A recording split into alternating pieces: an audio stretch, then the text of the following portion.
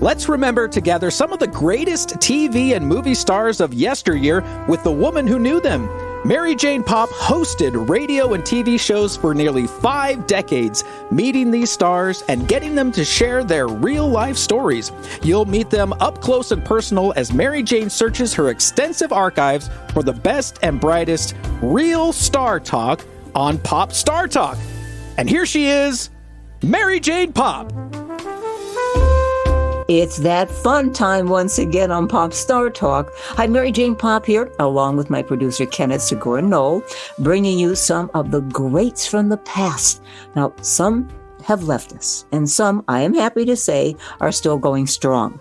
And we've got one of those strong beauties of our time, and I know Ken will agree with me. So, Ken, what did you think about probably the best-known models ever, Cheryl Tiegs? Oh, she was beautiful, but she still is. I was too poor; I couldn't afford a poster. But I had a friend in high school who had one in his bedroom, so we would go down to his house and check out Cheryl Tiegs. But she was a beautiful woman. And she donned, the Sports Illustrated magazine for I don't know how many times, the cover. She was always beautiful. But, in the interview, you'll hear what I'm talking about. She just has such a great heart.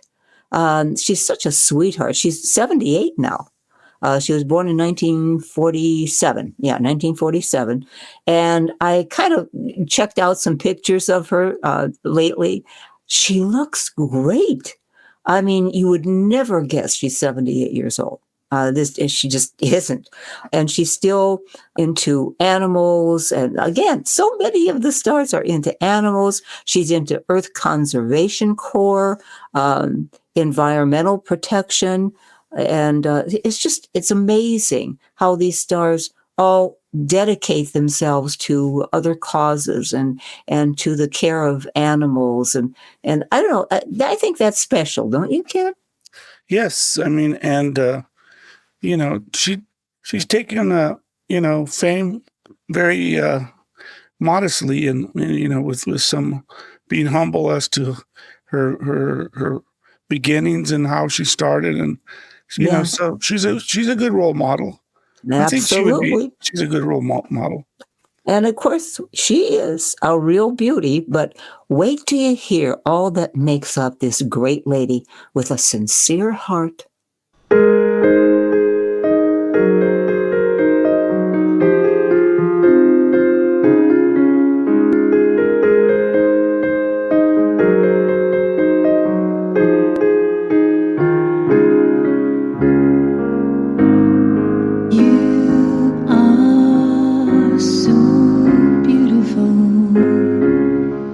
And boy, that is a small statement of what this woman is. She's more than beautiful, but she's got other things to talk about. You're in your home, safe, right?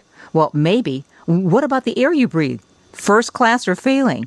We might have some tips for you from former supermodel and still smashing Cheryl Tiegs, who's taken on the mantle of wellness advocate. And by the way, you'll soon see this lovely lady on the tube again in a new reality show on ABC coming in January. We'll talk about that too.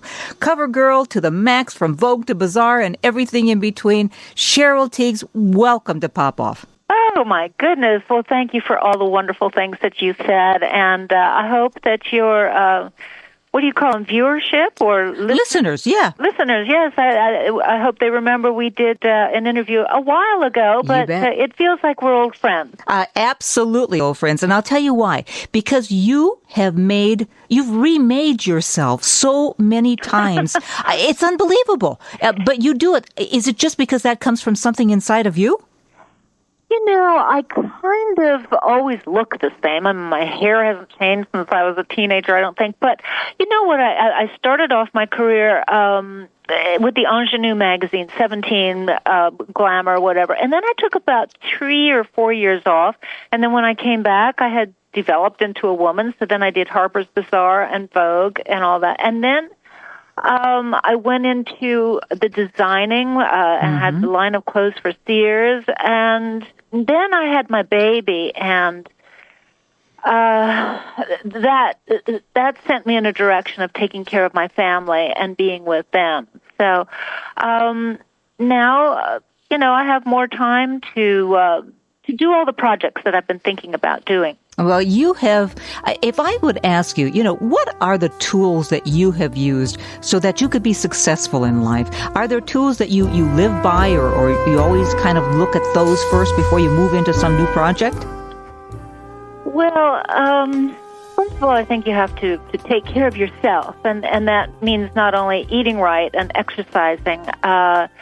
I meditate every day. That's one of the tools that I use to really keep myself. There was a time in my life I thought, I'm going to be calm no matter what. And that became my mantra. No matter how many hurricanes there were in my life, whatever, I wanted to be calm and centered and focused. And I think I finally reached that point where I feel this calmness inside for the most part. Mm-hmm. Life is not perfect, so and nor am I. So every once in a while, I waver, but I do that. But you know what? The competition in the field that you started out and still are in, has to be incredible, and yet you never wavered. You know what? I always wanted to be in competition. In a sense, with myself. When I looked in the mirror and I wasn't looking so good or feeling so good, I would do something about it. Never really felt competition with another person because that's a lose-lose situation. And now I'm doing this reality show, and we're judging outer beauty and inner beauty. And there had to be eliminations. Once a week we eliminated someone, and I invariably would say to them, please don't take this as a rejection, because I've been facing, in a sense, rejection ever since I started in this business, but I don't really look upon it as rejection. It's just I did the best I could. Mm-hmm. There was someone else who was more suited for the job. Fine, I just moved. If I always did the best that I could, that's all I asked of myself. That's a wonderful philosophy, because too many people keep saying, well, I got to reach for that other thing, and they don't even know what that other thing is. Right, and that's intangible. I mean, that's nothing that you can grab onto or whatever. One of the girls, well, I can't. I'm not going to go into the show, but anyway, we had a competition where it was a physical sportsman kind of thing, and she said, well, that wasn't my cup of tea, so I kind of sat on the sidelines, and I said, not your cup of tea. You're not competing with the fellow, the stud, who can do 100 push-ups, easily. I said, just think about bettering yourself. Focus on yourself first. And there's nothing the matter with focusing on yourself, by the way. It's not a selfish thing to do.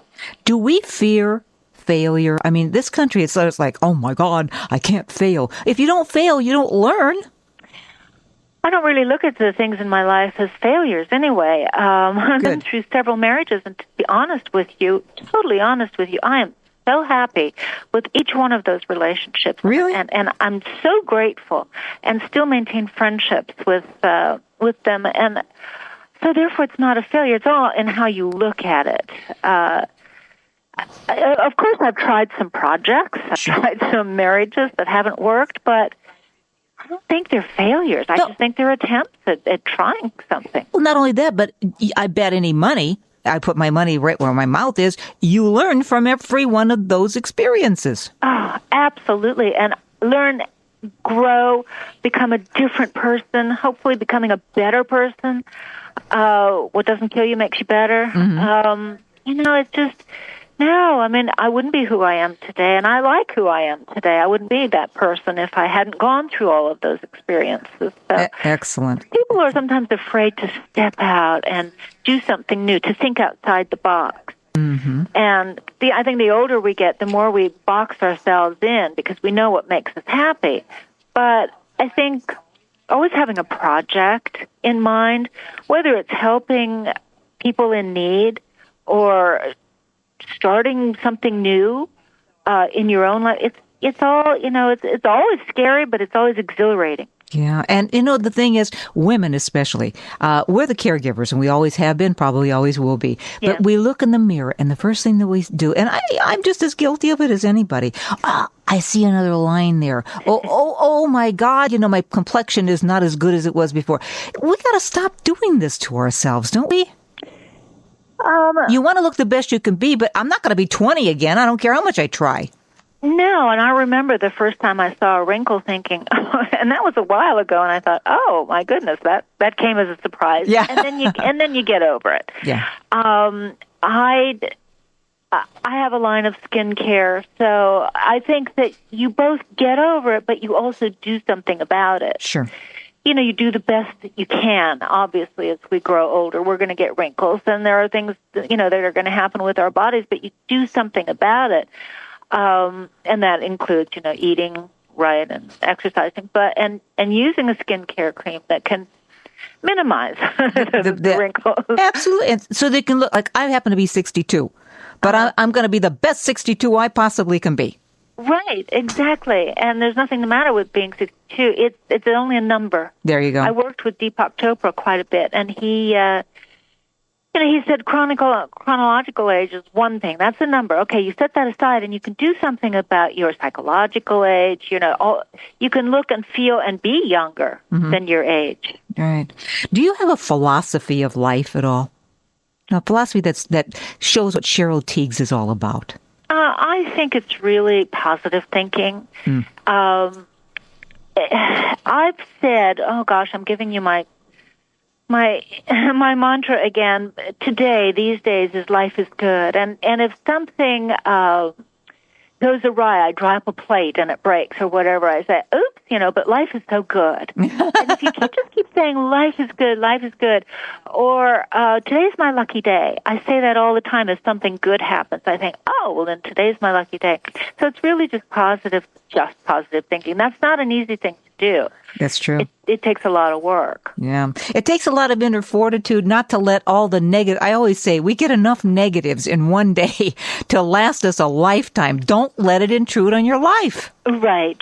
And even the news sometimes, if I'm having a little bit of a down day, I don't watch the news because that's even more down. Oh, yeah. Oh, you're so right. Although I do keep on top of it for sure. Now, I know you're much into this, being a wellness advocate. And when we look at our home, I mean, things like granite countertops, people think, oh, I've achieved something. I can afford a granite countertop, or carpeting or cleaning supplies. And you say, beware. Well, it's interesting because people, we're all concerned about the pollution in the environment outside, and as well we should be. I happen to be driving a fuel cell car, which is filled with hydrogen, mixes with air, oxygen, and creates water. I mean, this is the wave of the future, so we should be thinking about the outdoor air. But people don't really focus on what they're living in on a day-to-day basis in your own home. I have had in the past granite countertops, and I'm now working with a company called Cambria, and they have all quartz countertops that don't emit radon. Now, people don't understand that. I had granite countertops. I had someone come in, an inspector, and I realized that this granite was emitting radon into the atmosphere in my home. That's extremely dangerous, right? That's very dangerous, and it's accumulative. So I had all of that taken up. It's very important to realize that, and people don't know that. And inspector, you can get some companies to come out to your home for free and check for this radon. Mm-hmm. So because that comes from several sources, correct? Radon? Yes, it is. It's anything. Radon comes from, obviously, the earth, and then we bring what's in the earth into our home, and certain of those stones emit this radon. I also had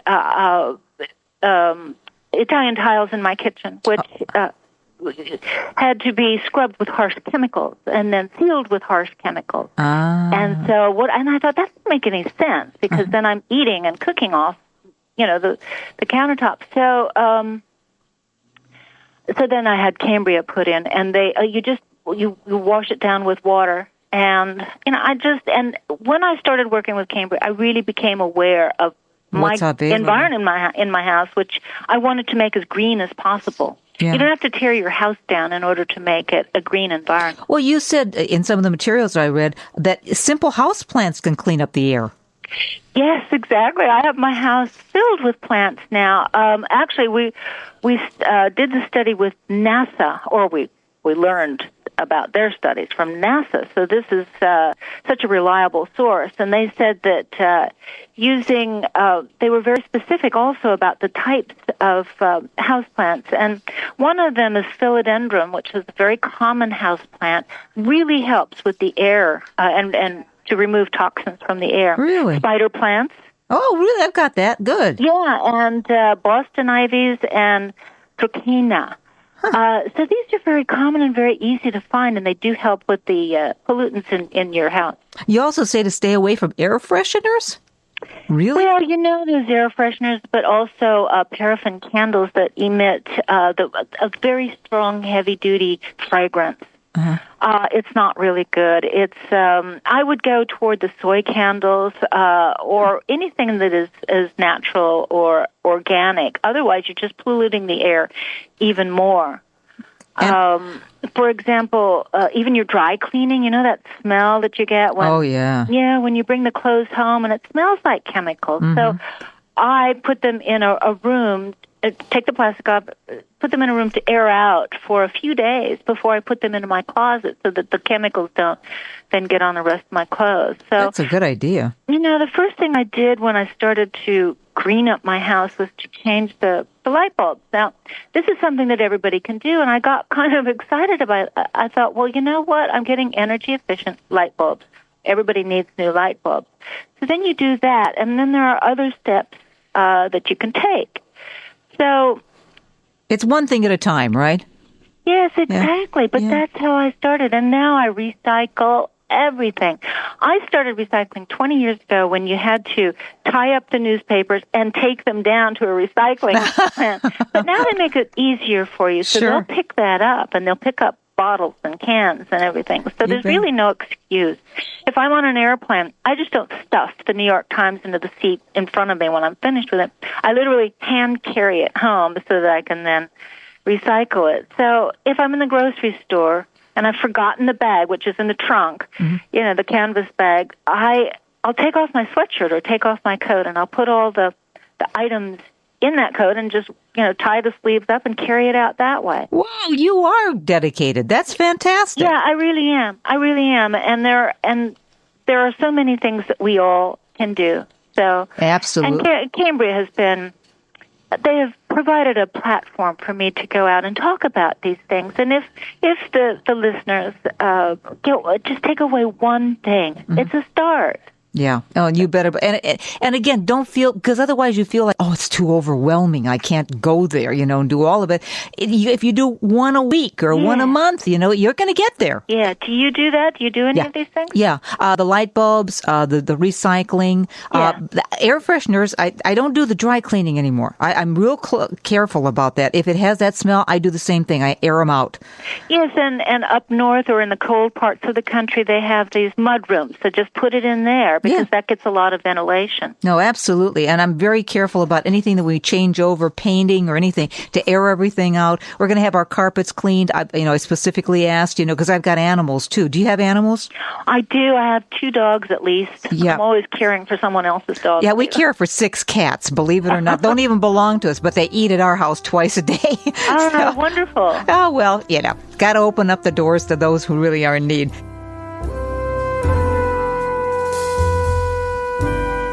And she just opens herself up like I can't believe.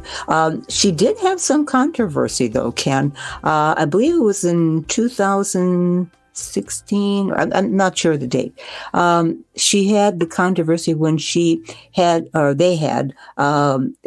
Sports Illustrated had a full-figured gal on the cover. And she said not to glamorize a full figure. And she, I guess, quoted Dr. Oz, who said not to have a waistline over 35.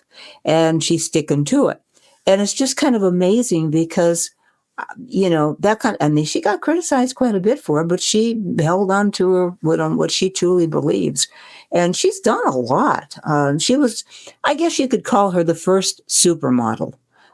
She made it a business. It wasn't a business back then. It was totally different than what it is today.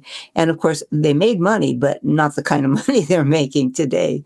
So it's kind of fun talking to someone who has changed herself so many times and still keeps up this whole thing on the environment and how important that is. And I think that's wonderful to know. It really is. But I guess best thing is just to kind of go back, Ken, and let's find out how Cheryl Tiegs seems to draw those people into her life with charisma and sincerity. You are so beautiful. Oh, and indeed she is. Cheryl Tiegs, the one and only supermodel, one of my favorites. I mean, absolute favorites. And I think probably, Cheryl, the reason you are is because you do keep reinventing. You keep moving forward. You're always looking forward at new ideas. And I think that keeps you young. Well, when I finished my formal education, my agent at the time, Nina Blanchard, turned to me and she said, "Now you've finished that," she said, but the key to beauty is to always keep learning and always keep growing. And I think that's one of the things that I've tried to do all my life. Oh, it's absolute. Now, tell me about the reality show in January. Oh, this is so much fun. It's on ABC, and it starts January 5th on Monday night. Mm-hmm. So Ashton Kutcher and Tyra Banks were the producer, and we had 10 contestants, and I'm a judge. There were 3 judges, and they think that they're being judged only on outer beauty. And yet they didn't know it. We were spying on them. They lived in a house. We had 54 cameras, and we had something called the spy room. And we were watching their reactions and attitudes throughout the week on their inner beauty. Were they kind to the elderly? Did they give to charity? We gave them little tests and challenges each week, but we set them up, and they didn't know that we were watching them really for their inner beauty. Did they give water to someone thirsty when they were on the trail? I love it. Oh, it was fascinating. It was really fun. And they had no idea. They didn't know that we were judging them on how kind they were and how honest. And you're really looking into human nature there, boy, I'll tell you. Oh, it was one of the most interesting things I've ever done. It was difficult for me because, I've tried very hard in the last 15, 12 years or whatever to not be judgmental, to accept people for who they are and what they are. Yeah. And here I am, judging them, right? I love it. If you could step out of Cheryl Tiegs and look back at her now, and this is hard. Everybody that I ask this, and I've even done this myself, step out of yourself and look back at Cheryl Tiegs and tell me who she is. I can tell you who I hope that I have been is someone who's been honest. And someone who has good character. Now, I try very hard to maintain those qualities, but it really comes from my parents. I'm from Minnesota, and they're so kind there in Minnesota, and I've tried to emulate that. Yeah. Mm-hmm. Oh, good for you. That I think that shows what your beauty, that's that inner beauty of yours that comes out. Oh, thank you so much. No, I really do mean that, because you see a lot of beautiful women, and then you meet them. And I have a friend in Los, I don't know if you know Peter Lamas. He does a lot of makeup for the Victoria's Secrets models, and he did the makeup palette for Titanic. And he said, you can see women walking into a room, and he said, beautiful women. And a woman who is still beautiful, but not as beautiful as the others, but she just lights up a room because her heart comes in first. Absolutely. Well, that's kind of what this show is all about, is that it really is inner beauty. And the older we get, the more this inner beauty begins to show on your face. All of the goodness and the kindness and honesty that you have throughout your life. That's what finally shows. And that's what people are attracted to. They don't really care about the wrinkles. They really don't. No, you see past those wrinkles, like you said, for the person inside. And like I always tease, I said, any wrinkles that I've got, I earned every one of those doggone things. Oh, well, let's try and minimize them now. Okay. Now, how do we find out about your skincare line? I think if you Google Cheryl Tiegs, and it's under it's Ageless Woman. Oh, okay. I've got to look into that. Absolutely. I got to be the ageless woman, just like Cheryl Tiegs. You are I just look up to you because I think you're just fantastic. Oh, thank you. Well, it's so nice to have girl talk with you. Likewise. Can we do it again? Oh, we will. Of course we will. Fantastic. You stay well. Have a wonderful holiday, and we will look forward. What's the name of the show, by the way? It's The Great American Beauty on Monday nights in January. Dynamite. Thanks so much, Cheryl. You're the best. Okay, you are too, and bye, everyone. And stay well. Thank you. Bye. Bye-bye. I love... Isn't she sweet? She is such a nice person. Yes, she is. But, I remember Cheryl Tiegs replaced Farrah Fawcett. Oh, yeah. In Charlie's Angels. But those were the two women, me growing up, that were beautiful women, just beautiful blondes, of course. But, I love what she said, too. As you get older, your inner beauty comes out. Well, Ken, I'm just about the same age as she is now. I think she's 78 now, and I'm right there with her. So is my inner beauty coming out, Ken? Always. Oh, good answer. I think they should have more reality shows like she did, trying to bring the good in people out instead of, putting them on an island and say, die, you either live or you die, survivor. I don't know. It's okay to see those shows, but I kind of would like to see some that would just, have more of a positive aspect to it. Don't you think? Yeah. Well, you're a guy. What can I say? And by the way, her skincare line, Ageless Woman, it's still on. It's still there. I just looked it up to see if it was, because it's been quite a few years when I did this interview. I'd love to get her back again, see what she's doing these days. She did quite a bit of, she's into like the environmental protection, of course, like I mentioned earlier, and the Earth Conservation Corps, that she really was a part of it. But she also did quite a bit of television. Yes, she did. She was on Moonlighting, Just Shoot Me, which was a great show. I love that. That was so funny. She did a couple of movies, though. The Brown Bunny, which I never saw. I'm not familiar. And she did, I heard of this one, but I didn't see it. Sharknado, the Sharknado movie. There's so many movies made. I can't keep track. I have to get somebody who's done those kinds of things. I often wondered why they wouldn't cast her in big pictures, big budget pictures. I can't judge her acting talent because I don't know that much about that side of her. But there are parts where you don't have to be a fabulous actor, a character actor or anything like that, because her beauty on the big, can you imagine the beauty of this woman on the big screen? Whew. Yeah, I can imagine that. Knock their socks off. I don't know. It's one of those things where maybe if I can get her back, I'll have to, ask her about that. Because, me, I'm nosy. I'm going to find out one way or another. But, she did really well on Charlie's Angels. Yeah, she did. She was a good actress on that. And all three of those ladies were, because each one had their own personality and their own look. None of them, it wasn't like they all looked alike, all blondes and blue eyes, and that was about it. They had more personalities, and they look darker hair, not so darker hair, and I like that instead of everybody looking like a clone. I don't like cloning, and we're all guilty of that. Young women, they try and emulate their stars. Like stars today, the singers, the actors, and why do that? Can't you be? You should be one of a kind, and you should be the unique one that everyone else wants to copy. But there's not. I don't know. Maybe it's not so important today. It would. And did you notice too, in all the interviews that we do, if we talk about some issues that are going on in that time, and I'm talking about interviews that I did back in 2008, even into the 90s, and into the 20s also. But it's kind of interesting because issues that we talked about then and things that people were concerned about back then we're still doing the same thing.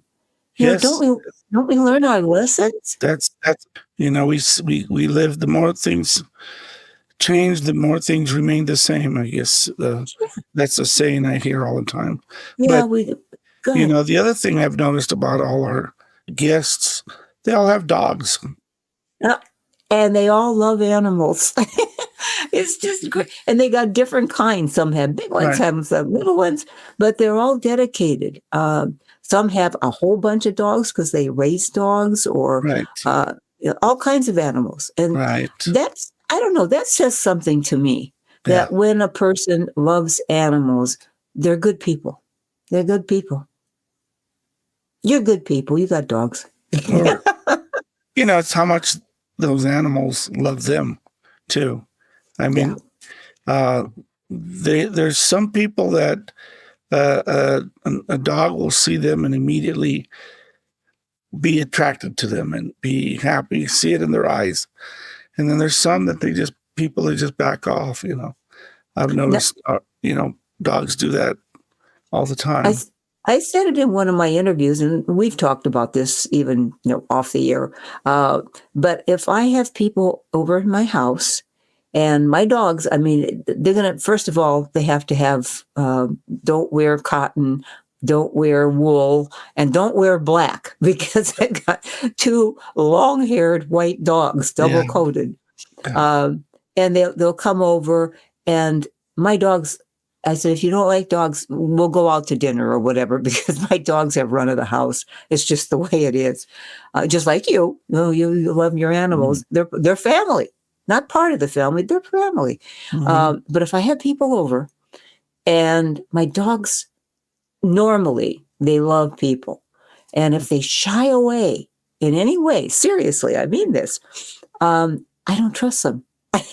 And I usually don't invite them back again. Or I do meetings someplace else or whatever, because they have that instinct. I mentioned that on one of our interviews, that they know whether they can trust a person or not. We don't. As human beings, we try and figure out people and go on, working with them or being friends with them. But animals don't do that. They right away will shy back, pull back. And like I said, I don't invite them back. And that should tell you something, Ken. You've always been invited to my house, and you always come. Now your dogs are very friendly. Yeah. You wouldn't know it when I get up in the window, because they're big dogs. They stand up. They look like 2 polar bears in the front window. Yeah. But loving animals means a lot. My dogs bark at people, but their tails are wagging. So I mean, they're not going to hurt you. If their tails are wagging, they just want your attention. Exactly. And usually, if you have 2, they all want the attention at the same time, which I love. But that's just the way they are. That's why big hugs for all the dogs. Big hugs. Oh, Ken, I guess that's another one in the can. Another beautiful time with some of the most special people that I've met over the many years that I've interviewed celebrities. And of course, Ken and I, along with our engineer, Greg, are happy to share them with you. And you can be sure there will be many more to come as I search through my archives for Pop Star Talk. In the meantime, my wish to all of you is live simply, laugh often, love deeply, and above all else, dare to dream.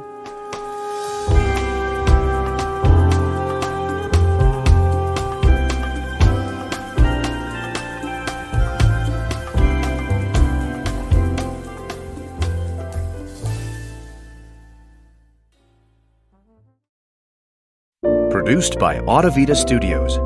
Connect your voice to the world.